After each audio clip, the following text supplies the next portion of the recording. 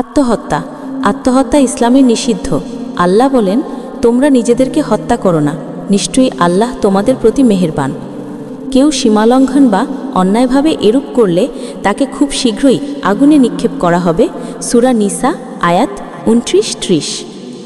বহু বোকা ও নির্বুধ লোক শেষ পর্যন্ত আত্মহত্যা করে বসে, অথচ মুসলমানের চরিত্র হচ্ছে বিপদ আসলে ধৈর্য ধারণ এবং সেই ধৈর্যের জন্য সওয়াব পাওয়া আশা পোষণ করবে।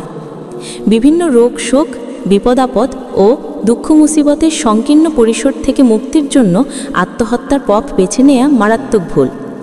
রাসূলুল্লাহ সাল্লাল্লাহু আলাইহি ওয়াসাল্লাম বলেন, যে ব্যক্তি গলা টিপে আত্মহত্যা করে সে দোজখের মধ্যে গলা টিপে নিজেকে হত্যা করতে থাকবে, এবং যে ব্যক্তি নিজেকে আঘাত করে সেই দোজখে নিজেকে আঘাত করতে থাকবে। বুখারী।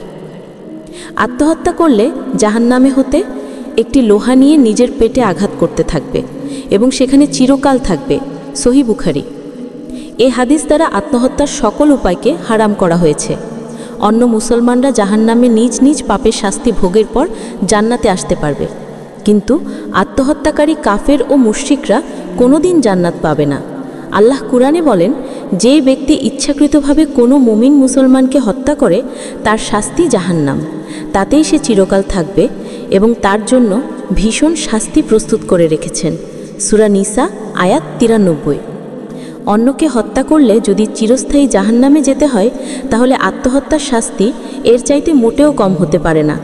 দুটোই হত্যা এবং দুটো শাস্তি একই। আল্লাহ পাক রব্বুল আলামিন আমাদেরকে সঠিক বুঝ দান করুন, আমিন। ভিডিওটি ভালো লাগলে মুসলিম মোটিভেশন মৃত্যুর স্বরূপ চ্যানেলটি সাবস্ক্রাইব করে পাশে থাকবেন ইনশাআল্লাহ। এখান থেকে আমরা ভালো কিছু জানতে পারবো।